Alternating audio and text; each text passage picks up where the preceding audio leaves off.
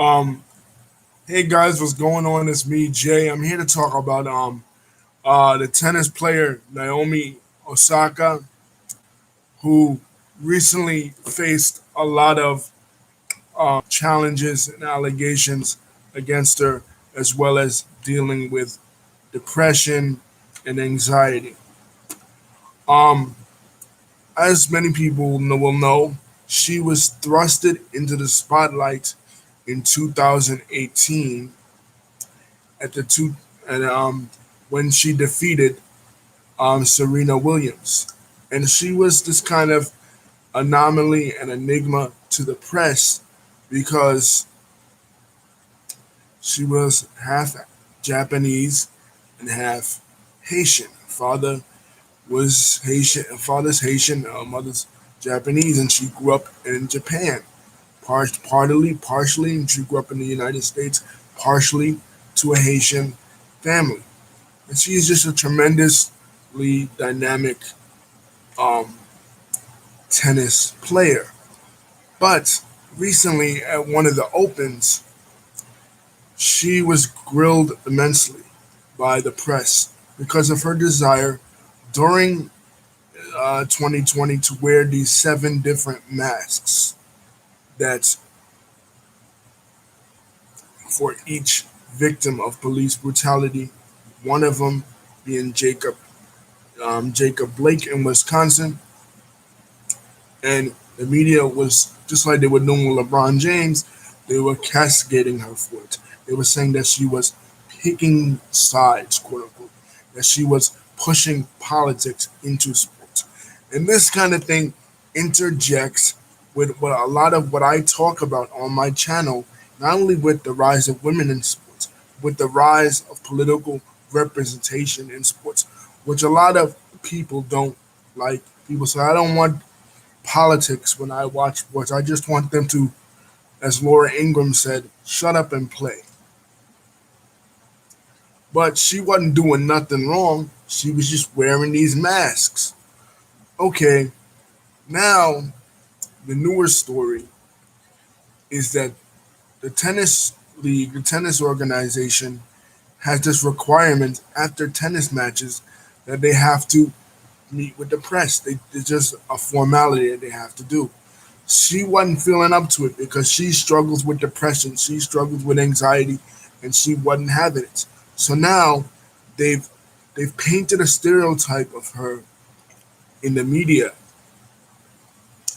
as like an angry black woman or a depressed mental person because they're trying to take away her accomplishments. They're trying to rob her of what she has done, the the doors that she has opened for many African American athletes to be able to speak. Because, like I said, athletes, Serena and Venus really didn't, they broke the wall in tennis, but they really didn't speak on a lot of political issues. But today, we live in a time where everybody has an opinion, everybody has a voice, as they should. Colin Kaepernick started this trend, other athletes have followed suit. So Naomi Osaka um, followed suit. And then they wanted to know, well, if your father is Haitian, why you use the name Osaka out of Japan? Are you trying to hide your Haitian heritage by only focusing on your Japanese heritage, figuring that your Japanese heritage will probably get you further than your African American heritage or your Haitian heritage? No, stop grilling me. Recognize that I deal with anxiety, I deal with depression too. But I am not under the microscope of being an athlete in a sport that has been historically racist. Go back to the early days of tennis, back in the days with Thea Gibson, back in the days with Arthur Ashe. We talk about this a lot on my channel. Video yesterday, completely talking about racism in sports and how boxing industry, wrestling industry uses manipulation. Tennis, I guess, is no different, although it is a bougie sport, a rich person sport, again. But they will same thing. They will use the manipulation of the media to try to draw anger and the ire out of these athletes to do one of two things: either draw the ire or the anger out of these athletes, or to make them shut up. So if they draw the anger and the ire out of them, then it's like, okay, they're just angry black men or angry black women. Look at them, all that militancy. Uh, Lee Evans just passed away, and we talked about what he did in 1968 Olympics. All that militancy. Why don't you keep politics out of the field, or out of the ring, or out of the whatever basketball court or the football field? You know, but then if you if you don't speak about it and you do have that voice, then you become kind of like Michael Jordan. The problem that a lot of people had with Michael Jordan in the 90s and with Venus and Serena, even more so because they broke that glass ceiling for black athletes and female athletes, but they didn't really speak about political issues. Granted, when they were on top of the world, um, black political issues were not front and center in the world, you know. But they did come from Compton. They did come from rough areas, inner city, impoverished areas, and they spoke nothing about it. And add to that that Serena has now been bleaching her skin, uh, apparently. Now we don't know if it actually was a bad makeup job or was a bleach job, but when you don't speak about it, when you remain silent about it, and you remain complicit about it, African American sports fans will call you a sellout. And if you speak about it, the white fans will call you a militant. They'll call you hard to deal with. They'll call you difficult. They did it to Jim Brown. They're doing it to LeBron James. So they do it to Colin Kaepernick. The man got blacklisted out of the whole of football. And now they're doing it to Naomi Osaka. And because she has a different type of unique heritage, like not just black and white or not just black and Hispanic, but black and Japanese. They want to put her in this Japanese box because the Japanese, as model minorities, up until COVID, were thought of as these model type minorities. But because she's speaking out, because she has these masks to represent these victims, they're like, oh, we don't want that in tennis. We want to completely shut her up and shut her out. We want to paint this picture of her as being depressed, being having riddled with anxiety. Oh, she's a crazy person. Oh, who knows what she'll be on next. Pills, another sports tragedy. I don't know. Yeah, they got ESPN 30 for 30. She'll be on 30 for 30 in a couple of years. And she was on antidepressants. She was on suicide medicines. That's what they want to see from this sister because they know she's breaking all types of records and they can't stand it. They can't stand to see her succeed. And they know she's doing a thing out there. So they want to see her on a 30 for 30 um, in some kind of tragedy ending up in a body bag, because she's out there shining in what is not only a white sport, but a affluent white sport where you only really had a handful. You only had the Athea Gibsons and the Arthur Ashes every once in a while. Everybody else, Billie Jean King, other people, all um all white affluent, which I never really understood because if you really break it down to its core, what is tennis? Tennis essentially is bougie handball. When I lived in the hood, when I lived in the projects, dudes and women would play handball all the time. They would be experts at it. My uncle was an expert at it. He went to tournaments and everything. So if you take, instead of a handball, you take a racket and you start throwing it against the wall, it's the exact same thing as tennis. You can master tennis if you know how to play handball. Handball is just the poor man's tennis. And it's tennis broken down into its basics. You know what I mean? So the I don't ever. I'm not surprised that a lot of minorities are coming out and basically killing it in this sport. And it happens in. I spoke to my friend Lisa about this. Was it yesterday? It happens in all sports. As soon as a person, especially specifically a black person, comes into a sport that is predominantly white, like whether it's male or female, a white man's sport like golf or white women's sport like gymnastics, the black athlete will begin to dominate like Simone Biles more than the white athlete like Mary Lou Retton.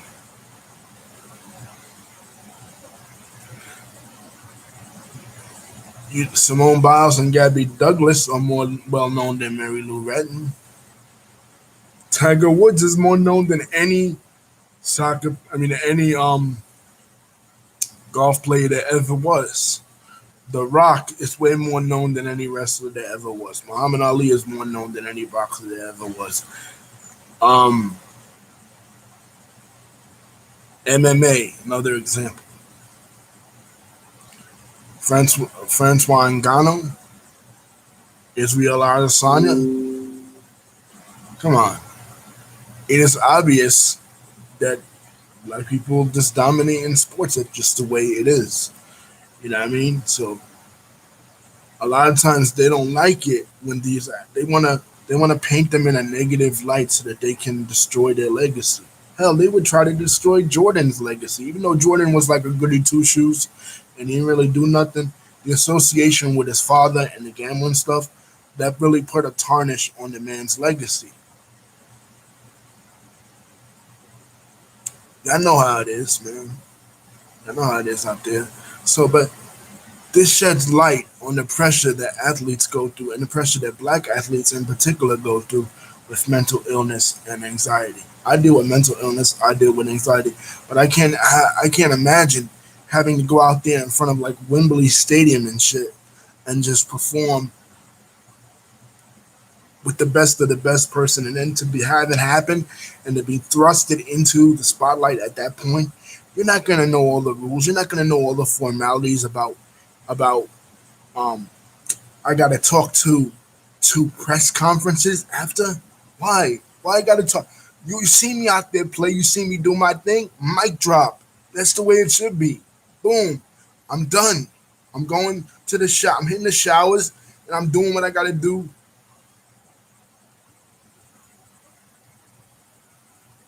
Right, Lisa saying the fine they have is ridiculous. If it was me, I'm hitting the showers. I'd be the bad boy of tennis. I'd be, if I was a tennis guy, I'd be the bad boy of tennis because I get fined all the time. I'd be like, you know what? I'm hitting the showers. I'm doing what I gotta. I did what I gotta do on the court. I'm out. If you don't like it, bye. But being that she is a female, she can't afford to do that. You know what I mean? She can't because then she'll come off as, excuse my French ladies, she'll come off as a bitch in in the tennis media, in the sports media, in the sexist, racist world of the sports media if she were to do something like that. But if a male player does something like that, or even a white female player like Anna Kournikova, they would say, "Oh well, she's cool, she's edgy, he's a bad boy, he's a rebel." Like you see how the language is manipulated to a certain point of view. Like Tim Tebow versus Colin Kaepernick. Tim Tebow took a knee because he was rebelling against secularism and praying to God. Everybody loved it. They were like, "Oh, Tim Tebow is so courageous." But when Colin Kaepernick did it, he needed to shut the fuck up and just play football, right? That's how it is, right? And the questions are ridiculous and the questions are evasive. Why do you care about my ethnicity? Get off my back and let me play tennis. Lisa is absolutely right. Get off my back, let me play tennis. So far in the gymnastics world, Simone Biles has not caused any type of waves yet, but they'll look for something. You know what I mean? She'll have a boyfriend here or some kind of drug scandal. Like remember the girl that was the runner and then they discovered that she was on steroids. I forget her name.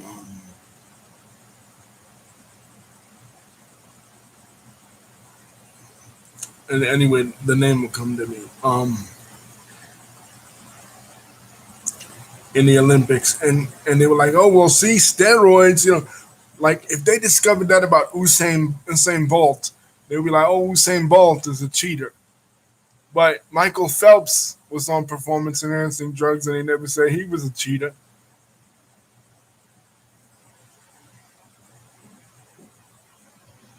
Double standards.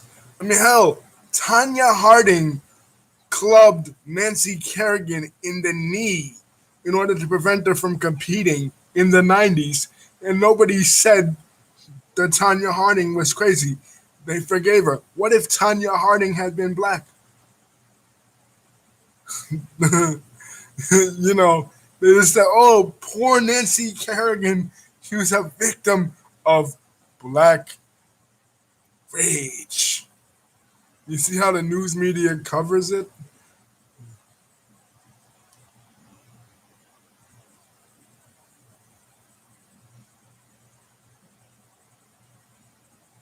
Right, Lisa. I forgot about McEnroe. Yeah, Lisa is saying they already did that with Serena Williams. Remember when she broke the racket? They were shocked, and she broke the racket. But when John McEnroe, yeah, yeah, that's true. See the double standard.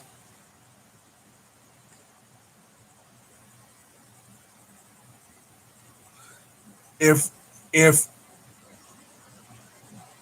if a black athlete doesn't see it with black athletes, they got they put them on the Jackie Robinson type of deal because with Jackie Robinson when he was on the Dodgers, Branch Rickey, the guy who hired him, told him, "Listen, you cannot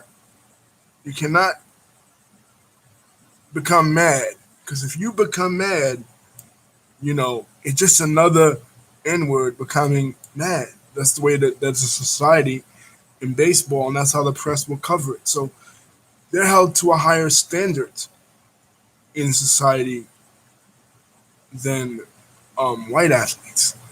I have a video on my channel about Conor McGregor when he threw the chair through the window, and I forgot about the thing Lisa's talking about too with Serena.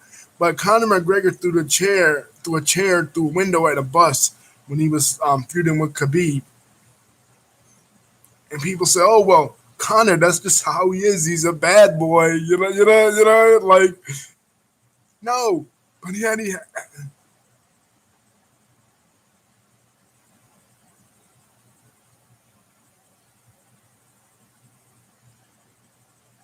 Oh wow, okay, I didn't know that, Lisa. Lisa's telling me a lot of stuff I didn't really know about. They already got my girl Simone, and Lisa was telling me that they actually did. Simone Biles did a flip, and nobody in the gymnastics was able to do. And they fined her for it or they disqualified her. Like, why are you limiting my abilities? If I'm able to go out there and kill it, I'm able to go out there and kill it, right? This is sports. You know what I mean? The best of the best. The best woman win, right? No, but they don't they don't want that to happen. They don't play fair. You know what I'm saying? They don't play fair. Simone Biles go out there and do the best flips ever, more than any other white lady ever did in her life, more than any other white lady gymnastics lady could even dream of doing, just with natural talent and ability. But they'll hold her back. They'll say it's because of drugs. They'll say it's not possible. Oh, that's not possible. Why? Because you can't do it. You know what I mean? Like, you say it ain't possible because you can't do it. That's why you say it ain't possible. You say it's steroids. Um,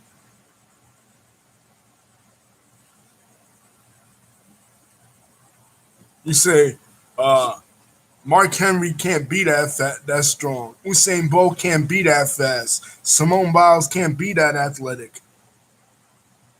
Michael Jordan couldn't be that good. Must have been HGH. Barry Bonds couldn't be that good to break uh, Babe Ruth, have the all-time home run record. It had to be steroids, right?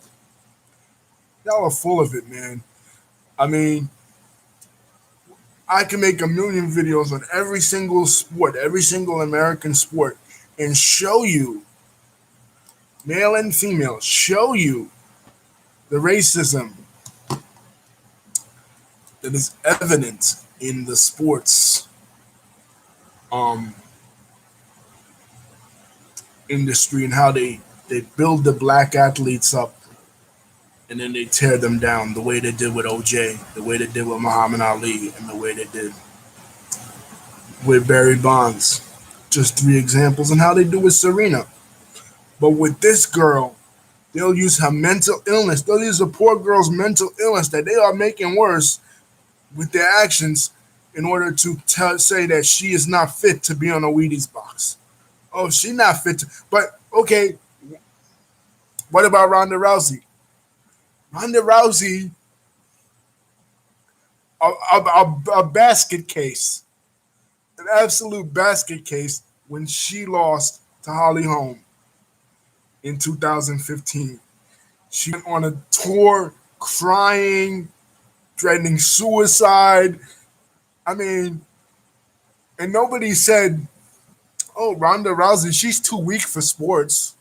You know, like, doesn't she know that it's all about competition? You know, she's too weak for this, right? She can't handle the pressure. She can't handle being asked questions by the press. Look how she reacts to the press. She's angry. No, people sympathized with Ronda. People patted Ronda on the back. Poor Ronda.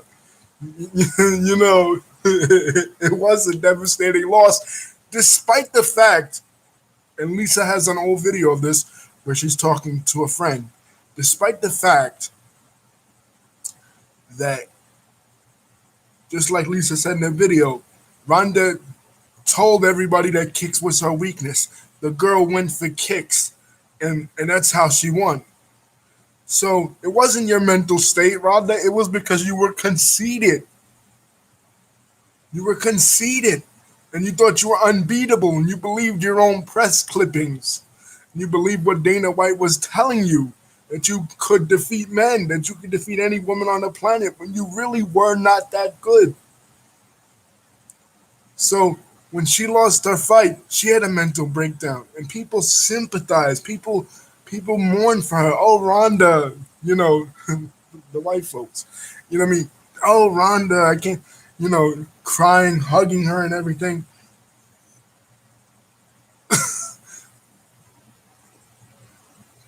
This girl has a mental breakdown. Naomi Osaka, oh, doesn't matter. She can't handle sports. She should stay out of sports. She's too weak for sports. Dealing with depression and dealing with anxiety.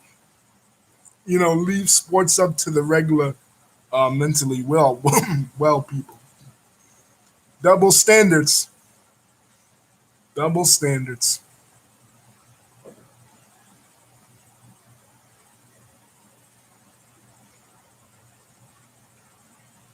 Because they'll use that Tom Hanks line from League of Their Own, where they'll say, "Oh, if somebody has a mental breakdown, especially a woman in sports,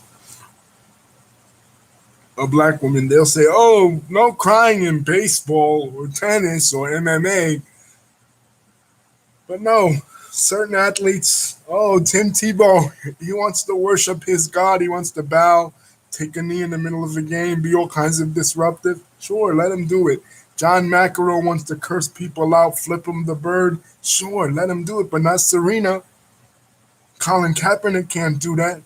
Oh, um, somebody wants to send a political message to say that they support some kind of pro-life stance. Sure, let them do it, right? They're athletes, right?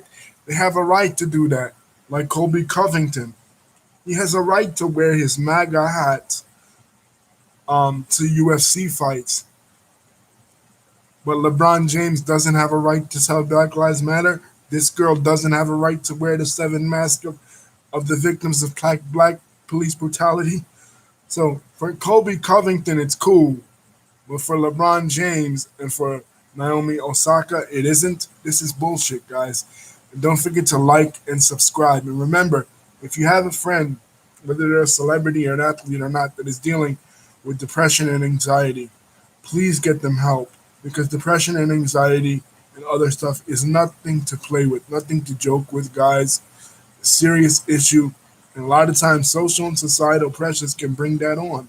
This is why the African American and Hispanic community struggles with this kind of stuff. But a lot of times, we are scared to speak out about it because we don't want to appear weak or vulnerable. Peace, guys. Don't forget to like and subscribe. And love y'all.